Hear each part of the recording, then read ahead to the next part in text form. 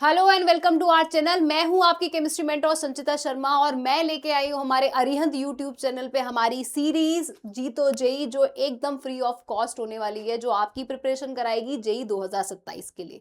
तो मैं आपको सारे इंपॉर्टेंट टॉपिक्स कॉन्सेप्ट सब पढ़ा रहे हैं, साथ में हम न्यूमेरिकल्स भी कर रहे हैं, पीवाईक्यूज भी कर रहे हैं, जो जो इंपॉर्टेंट है वो कर रहे हैं। राइट, अब करना क्या है, हम ऑलरेडी चैप्टर 1 कर चुके हैं। फिजिकल केमिस्ट्री से हमने स्टार्ट किया है some basic concept of chemistry, जिसमें हमने लास्ट सेशन लिया था कंसंट्रेशन का टर्म, जिसमें हमने मोलारिटी, मोलालिटी, पीपीएम, पीबीबी और मास परसेंटेज बहुत अच्छे से करा है। मैंने आपको नॉर्मेलिटी और स्ट्रेंथ नहीं कराई थी, ये कह के कि मैं जो नेक्स्ट चैप्टर जो इंटर रिलेटेड है, कनेक्टेड है सॉल्यूशंस, उसमें कराऊंगी। तो आज हम पढ़ने वाले हैं कि कितने टाइप्स ऑफ सॉल्यूशन है और साथ में नॉर्मेलिटी और स्ट्रेंथ और साथ में और भी न्यूमेरिकल्स करेंगे। चलिए स्टार्ट करते हैं आज का सेशन बच्चों।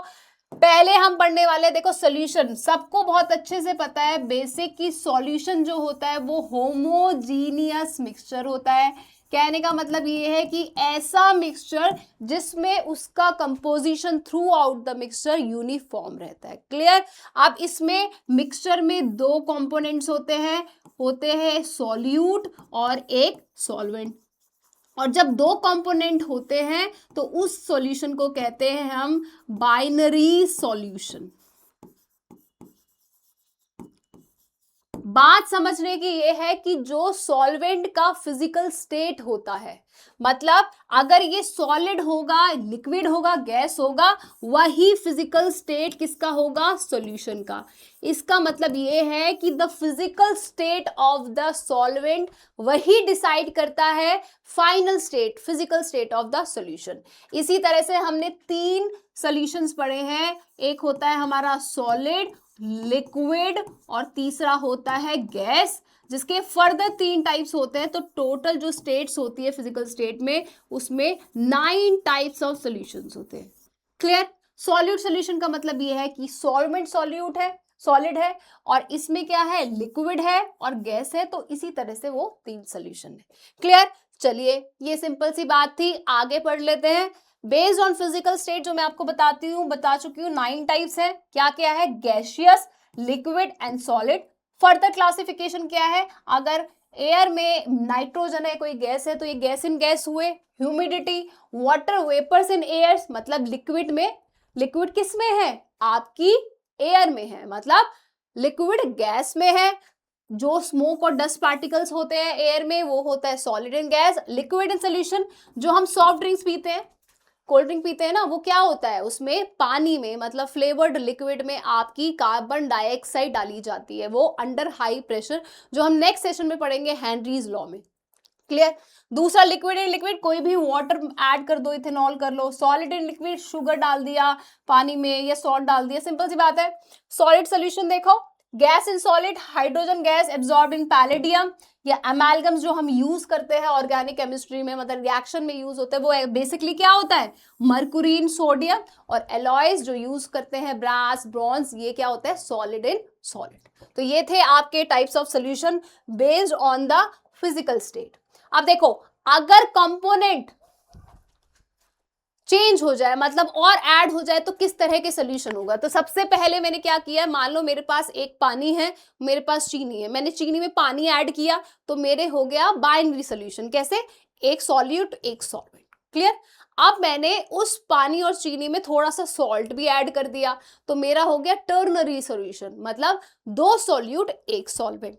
अब मैंने नींबू भी निचोड़ दिया, अब मैं पूरी शिकंजी बना लूंगी, तो वो हो गया क्वाटरनरी सोल्यूशन।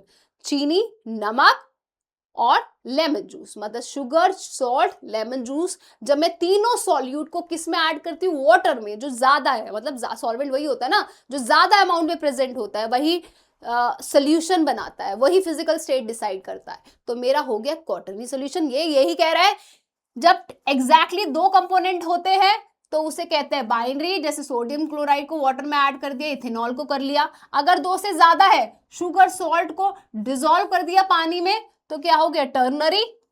और जब चार कंपोनेंट, मतलब लेमन जूस को भी ऐड कर दिया, तो बन गया आपका क्वाटरनरी सोल्यूशन, जिसमें 3 सॉल्यूट है, 1 सॉल्वेंट है। अगर आप सॉल्वेंट की बात करी जाए, कि बेस्ड ऑन द सॉल्वेंट, अगर मैं वाटर यूज कर रही हूं तो एक्वा सोल्यूशन होगा, और वाटर के अलावा कोई और सॉल्वेंट यूज कर रही हूं तो वो होगा मेरा नॉन एक्वा सोल्यूशन। कंसंट्रेशन की बात कर लेते हैं, जब ज्यादा सॉल्यूट प्रेजेंट होता है तो क्या होता है, कंसंट्रेटेड सॉल्यूशन, और अगर कम सॉल्यूट प्रेजेंट होता है उसे कहते हैं डाइल्यूट सॉल्यूशन। उसके अलावा 3 तरह के सॉल्यूशंस होते हैं, कौन कौन से, जो आपको याद करने हैं, सैचुरेटेड, अनसैचुरेटेड और सुपर सैचुरेटेड। मतलब एक स्पेसिफिक टेम्परेचर पे जब मैं ज्यादा सॉल्यूट ऐड नहीं करती हूं तो वो सैचुरेटेड हो जाता है। अब नीट 2026 का, जेई का, किसी का एग्जाम अच्छा नहीं गया, रिजल्ट बढ़िया नहीं आया और लगे पड़े हैं मम्मी पापा कंप्लेंट्स करने में, डांटने में, तो सैचुरेशन पॉइंट तो आ जाएगा ना यार सुनने का भी। तो वही सैचुरेशन होता है कि बस अब इससे ज्यादा नहीं हो रहा, अब इससे ज्यादा बियर नहीं हो रहा, अब इससे ज्यादा मुझसे खाया नहीं जा रहा। तो एक ऐसा पॉइंट जिसपे और ज्यादा सॉल्यूट ऐड नहीं हो सकते उसे कहते हैं सैचुरेटेड। और अगर मैं कोई कंडीशन चेंज कर दूं, सिचुएशन चेंज कर दूं, उसमें फिर और ऐड कर दूं, वो होते हैं सुपर सैचुरेटेड सॉल्यूशन, लेकिन वो हाईली अनस्टेबल होते हैं। और ऐसे सॉल्यूशन जिसपे और सॉल्यूट ऐड किया जा सकता है गिवन टेम्परेचर में उन्हें कहते हैं अनसैचुरेटेड। और क्या होते हैं सुपर सैचुरेटेड, में बता चुकी हूं, अगर मैं टेम्परेचर और प्रेशर को चेंज करके और सॉल्यूट ऐड करना चाहूं तो वो होते हैं सुपर सैचुरेटेड। डाइल्यूट और कंसंट्रेटेड में बता चुकी हूं आपकी कि सॉल्यूट के अमाउंट ही डिफर करते हैं, ज्यादा होगा तो कंसंट्रेटेड और कम होगा तो डाइल्यूट सॉल्यूशन। चलिए नेक्स्ट पढ़ते हैं नॉर्मेलिटी। लेकिन नॉर्मेलिटी से पहले मैं जरा एक क्विक रिवीजन ले लेते हैं, रीकैप ले लेते हैं जो हमने पढ़ा है। देखो सबसे पहले हमने पढ़ा है बच्चों मोलैरिटी। मोलैरिटी क्या होती है, कैपिटल एम से रिप्रेजेंट करते हैं, मोलर लिखा जाता है कहीं कहीं, ग्राम पर लीटर होता है या ग्राम पर डेसीमीटर क्यूब होता है। क्लियर, क्या होता है, number of moles of solute present in volume of solution in litre. और क्या होता है साथ में, ये टेम्परेचर डिपेंडेंट होता है। टेम्परेचर डिपेंडेंट का मतलब ये है कि जैसे ही मैं टेम्परेचर बढ़ा देती हूँ तो मोलैरिटी कम हो जाती है। क्यों हो जाती है, क्योंकि वॉल्यूम एक्सपेंड हो जाता है। और मोलैरिटी क्या होती है, molarity is inversely proportion to the volume. जैसे टेम्परेचर इंक्रीज हुआ बच्चों तो आपका वॉल्यूम इंक्रीज हो गया और मोलैरिटी डिक्रीज हो गई। क्लियर। दूसरा पढ़ा था हमने मोलैलिटी।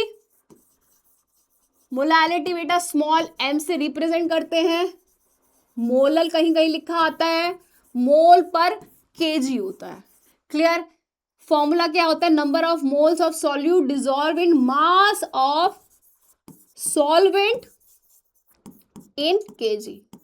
समझ में आ रहा है, कुछ नहीं कर रही हूं, जो ऑलरेडी हम पढ़ चुके हैं कंसंट्रेशन टर्म, एक रीकैप ले रहे हैं, एक क्विक रिवीजन ब्रीफ में बता रही हूं, ठीक है। अब इसमें ये टेम्परेचर इंडिपेंडेंट होता है क्योंकि मास का पे कोई फर्क नहीं पड़ता अगर मैं टेम्परेचर इंक्रीज कर देती हूं। और लास्ट है हमारा मोल फ्रैक्शन, जिसको मेरे बच्चों किससे रिप्रेजेंट करते हैं, हम काई से रिप्रेजेंट करते हैं। सॉल्यूट और सॉल्वेंट मान लीजिए ए है, बी है, number of moles of A divided by number of moles of A plus number of moles of B, number of moles of B divided by number of moles of A plus number of moles of B. ये unitless होता है क्योंकि moles मोल से cut जाता है। Clear इतना। चलिए अब पढ़ते हैं हम नॉर्मेलिटी के बारे में। Normality is the number of gram equivalent of the solute per the litre of solution. कहने का मतलब यह है कि capital N number of grams equivalent किस में प्रेजेंट होते हैं, volume of solution in a litre. सबसे ज्यादा नॉर्मेलिटी समझने में क्या इंपॉर्टेंट है, ये है नंबर ऑफ ग्राम इक्विवेलेंट्स, मतलब wait divided by equivalent wait. अब इक्विवेलेंट वेट का मतलब क्या है कि वेट डिवाइडेड बाय एन। समझो ध्यान से, नंबर ऑफ ग्राम इक्विवेलेंट्स हो गए weight divided by equivalent weight, और इक्विवेलेंट वेट क्या होता है, वेट मतलब you can say molar mass divided by N. N होता है एन फैक्टर, मतलब एसिडिटी, वैलेंसी और बेस। चलो एग्जांपल समझो, जैसे है H2SO4, इसमें कितने डिस्प्लेसेबल हाइड्रोजन है? 2H पॉजिटिव है। मास क्या होता है? 98 ग्राम, राइट। लेकिन अगर मैं इक्विवेलेंट वेट की बात करूं बच्चों, तो इक्विवेलेंट वेट हो जाएगा 98 divided bye 2, that is 49 grams. ठीक है। अब यही NaOH की बात करूं तो OH क्या है? डिस्प्लेसेबल है, तो एक OH हाइड्रोक्साइड आयन है, तो इसका मास क्या होगा? 23 plus 16 plus 1, that is 40। 40 divided by 1, तो 40 ग्राम ही रहेगा, सेम। अब क्या रिलेशन होता है? Molar normality is equal to molarity into N factor. अगर मुझे H2SO4 की मोलारिटी, मान लीजिए H2SO4, इधर देखो, H2SO4 की मोलारिटी 1m है, तो नॉर्मेलिटी क्या होगी? Normality is equal to 1 into 2, that is 2। Normality क्या होगी? 2n। क्यों होगी 2? क्योंकि इसमें कितने हैं डिस्प्लेसेबल हाइड्रोजन? 2। तो n फैक्टर क्या होता है? मल्टीप्लाई हो जाता है। ये रिलेशन है normality is equal to molarity into the n factor. समझ में आ रहा है? बहुत सिंपल सी बात है, मोलैरिटी जैसा ही है, बट डिफरेंस क्या है? Number of moles of solute नहीं है, नंबर ऑफ ग्राम इक्विवेलेंट है। वो नंबर ऑफ ग्राम इक्विवेलेंट कैसे निकलता है? आपका wait divided by equivalent weight, और इक्विवेलेंट वेट किस पे डिपेंड करता है? आपका ये स्पेसिफिकली नॉर्मेलिटी ना रेडॉक्स रिएक्शन में कैलकुलेट होती है। क्लियर? टाइट्रेशंस में यूज होती है। आगे अगर आप बीएससी केमिस्ट्री ऑनर्स करोगे तो वहां आपको टाइट्रेशंस कराई जाएगी, वहीं नॉर्मेलिटी और स्ट्रेंथ का यूज होता है। अब देखो, हमने मोलारिटी में बहुत अच्छे से पढ़ा है कि एक सॉल्यूशन को अगर मैं डाइल्यूट कर देती हूँ, मतलब मेरा एक सॉल्यूशन है बिफोर द डाइल्यूशन M1V1, और मैं डाइल्यूट कर देती हूँ तो रिलेशन बन जाता है M1V1 is equal to M2V2, right. Same with the बेटा नॉर्मेलिटी का भी यही होता है। अगर डाइल्यूशन से पहले मेरा नॉर्मेलिटी N1 है, उसका वॉल्यूम V1 है, जैसे मैं उसे डाइल्यूट कर देती हूँ तो वो N2 और V2 हो जाता है। क्लियर? और इसमें क्या हो जाता है? अगर मैं और सॉल्वेंट को एडेड कर देती हूँ, और V2 क्या होता है? V2 होता है V1 plus added solvent. Clear? तो ये रिलेशन स्टैब्लिश कर सकते हैं N1 V1 is equal to N2 V2। Clear? Already हम मोलैरिटी में पढ़ चुके हैं, वही सेम फॉलो होता है नॉर्मेलिटी में। Next, mixing. अब वैसी मोलारिटी में पढ़ा था, नॉर्मेलिटी में भी सेम ही है। अगर मेरे पास दो सॉल्यूशन है जिसकी एक नॉर्मेलिटी N1 है, दूसरे की N2 है, वॉल्यूम V1 है, V1 है, सेम सॉल्यूट की बात है। जैसे ही मैं उन दो सॉल्यूशन को मिक्स कर देती हूँ तो मेरी नॉर्मेलिटी क्या हो जाती है? N3V3। तो मैं लिख सकती हूँ N1 V1 plus N2V2 is equal to N3V3, और V3 क्या है? V3 है आपका V1 प्लस V2। तो ये बन जाएगा आप relation N3 is equal to N1 V1 plus N2 V2 divided by V1 plus V2। तो ये हो गया आपका फाइनल मोलैरिटी, फाइनल नॉर्मेलिटी। कब? जब हम दो सॉल्यूशन को मिक्स कर देते हैं बच्चों। क्लियर है सबको? चलिए नेक्स्ट देखते हैं। नेक्स्ट है फॉर्मेलिटी। फॉर्मेलिटी भी मोलैरिटी के लिए की तरह ये सेम है, लेकिन मोलैरिटी में हम क्या निकालते हैं? मोलर मास निकालते हैं ना मोलैरिटी में। इसमें क्या निकालते हैं हम? फॉर्मूले यूनिट का मास निकालते हैं। फॉर एग्जाम्पल NaCl, NaCl का क्या हुआ? 23 प्लस 35.5, दैट इज 58.5। तो ये क्या है? एक फॉर्मूले यूनिट का मास है। तो वही नंबर ऑफ मोल्स इससे कैलकुलेट होते हैं। तो number of moles divided by volume of the solution in the litre. Clear? Strength क्या होता है? स्ट्रेंथ होता है mass of solute, mass of solute present in volume of solution in the litre. ये आपकी स्ट्रेंथ होती है। आपको ये फॉर्मूला आना चाहिए, बस इतना था। चलिए अब देखते हैं हम क्वेश्चन। देखो ये क्वेश्चन आपका जो स्क्रीन पे है, पढ़िए जरा। द डेंसिटी इन अ ग्राम पर मिलीलीटर आपको दे रखा है 3.60 m सल्फ्यूरिक एसिड, जिसमें आपको दे रखा है 29% H2SO4, और आपको निकालनी है बच्चों, आपको निकालनी है डेंसिटी। अब देखो इसके लिए हम क्या कर सकते हैं? अब इसके लिए मेरे पास एक फॉर्मूला है। देखो molarity is equal to 10x percentage into D और डिवाइडेड बाय मोलर मास। आपको सॉल्व करने की जरूरत नहीं है पूरा, आप इस रिलेशन को याद कर लो। बहुत सारे ऐसे रिलेशन है जो आपके यूजफुल हो गए, तो वो आप याद कर लो, आपके पेपर में बहुत इजी रहेगा सॉल्व करना और आपका टाइम सेव हो जाएगा। अब देखो 10x परसेंटेज कितनी है 29, डी क्या है आपकी डेंसिटी, आपको कैलकुलेट करना है। मोलर मास निकाल लो, मोलर मास कितना आएगा 2 + 32 + 64 that is 98 gram, that is 98। Molarity क्या दे रखी है 3.60, तो आपका आ गया 3.60 into 98 divided by 10 into 29 is equal to D. चलिए कैलकुलेट करके बताइए मुझे क्या आ रहा है, फटाफट से बता दो।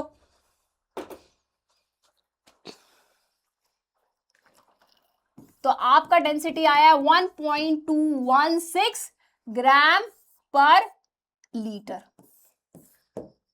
कितना क्लियर है सबको? क्लियर? ग्राम पर लीटर नहीं, अरे भाई ग्राम पर मिलीलीटर डेंसिटी। तो देखो दोनों में क्या है 1.64 नहीं, 1.88 नहीं, अब क्या है 216 को अगर आप राउंड ऑफ करेंगे तो 1.22 आएगा। तो option number C is correct और डी इनकरेक्ट। AIEEE में 2007 में ये क्वेश्चन आ चुका है, तो आपको ये रिलेशन याद होगा ही तभी आप इसे कैलकुलेट कर पाएंगे। क्लियर? देखो नेक्स्ट क्वेश्चन देख लेते हैं। क्वेश्चन क्या कह रहा है, डेंसिटी ऑफ इतने सॉल्यूशन, मतलब ये आपको मोलैरिटी दे रखी है, ये आपको डेंसिटी दे रखी है, आपको निकालनी है मोलैरिटी, मतलब small m capital M is equal to 1000 D minus molarity into molecular weight. और आपको ये रिलेशन याद करना है अगर आपको अपना टाइम बचाना है। तो फटाफट से कैलकुलेशन कर लेते हैं। मोलैरिटी होगी आपका, मोलैरिटी कितने दे रखा है बच्चों 2.05 डिवाइडेड 1000 D, डेंसिटी दे रखी है 1.02, मोलैरिटी 2.05, मॉलिक्यूलर वेट निकाल लो फटाफट से। एसिटिक एसिड का CH3COOH निकालिए, कितना आ रहा है 60 ग्राम्स। तो ये हो गया आपका 60। अब हमें क्या निकालना है, केजी में आती है मोलैरिटी, तो मैं कर देती हूं इसे 1000 से डिवाइड, मतलब इंटू 1000। फटाफट से कैलकुलेशन करो कितना आ रहा है, जल्दी से निकालो, फटाफट से नोटबुक पे तैयार हो जाओ। क्या आ रहा है, कैलकुलेट करके आ रहा है आपका 2.28 मोल पर केजी। तो option number C is correct. देखो अगेन ये आपका एक और रिलेशन है, दो रिलेशन पढ़ा चुकी हूं मैं आपको। किसका, जब मोलैरिटी और मास परसेंटेज दे रखी है तो कैसे निकालेंगे डेंसिटी के साथ, और अगर आपको मोलैरिटी डेंसिटी सब दे रखा है तब कैसे निकालेंगे। क्लियर? चलो नेक्स्ट देखो, दो सॉल्यूशंस दे रखे हैं, non electrolyte are mixed in the following ways. 480 ml आपका 1.5, 520 और 1.2 दोनों सॉल्यूशन को मिक्स कर दिया। क्या होता है molarity M1V1 plus M2 V2 M3 V3। Clear? M1 क्या दे रखा है आपको, दे रखा है 1.5 480 plus M2 520 into 1.2 is equal to M3, ऐसे लिख सकती हूँ। और V3 क्या है 480 प्लस 520। क्लियर है? इतना सिंपल है, मोलैरिटी का रिलेशन लगाया और कुछ भी नहीं करा है। चलो अब आगे क्या करना है, आपको सिंपल कैलकुलेशन करनी है, इसकी इससे मल्टीप्लाई करो, इसकी इससे मल्टीप्लाई करो और ऐड करके ये कितना आ रहा है आपका 1000। कैलकुलेट करके बताओ मुझे कितना आ रहा है मोलैरिटी। फटाफट से नोटबुक फिर से ओपन करो और कैलकुलेट करो कितना आ रहा है। आपका आ रहा है 1.34। जब आप कैलकुलेट करेंगे तो आपकी फाइनल मोलैरिटी आएगी 1.34 m, that is option number B. तो ये क्वेश्चन किसका था, मोलैरिटी का था। मोलैरिटी की जगह नॉर्मैलिटी भी आ सकता था, तो आपका 1.34 n हो जाता है। मतलब मोलैरिटी नॉर्मैलिटी सेम है मिक्सिंग और डाइल्यूशन के केस में, लेकिन आपको क्या निकालना है ग्राम इक्विवेलेंट्स। और वो कैसे निकलेंगे, weight divided by equivalent. N factor बहुत मैटर करता है, डिस्प्लेसेबल हाइड्रोजन या वैलेंसी या डिस्प्लेसेबल हाइड्रोक्साइड आयन, वही डिसाइड करता है आपका इक्विवेलेंट वेट। क्लियर? तो ये था आज का सेशन हमारा chapter number 2 that is solution, जिसमें मैंने आपको पढ़ाया है types and concentration of solution. I hope बहुत अच्छा लगा होगा आपको सेशन। मैं खुद ही बोल देती हूँ, अच्छा तुम तो लाइक नहीं करते हो ना कमेंट करते हो, कुछ तो प्यार दिखा दिया करो यार। बिल्कुल भी बिल्कुल मतलब बंदे को मोटिवेशन कैसे आएगा? तो चलो, तो यही करते हैं आज का सेशन खत्म। नेक्स्ट सेशन में मिलते हैं जहां मैं पढ़ाऊंगी आपको सॉल्युबिलिटी और हेनरीज लॉ, बहुत इंपॉर्टेंट लॉ है। All the very best for JEE 2027 और इस चैनल को सब्सक्राइब करना मत भूलना। Defining success for generations.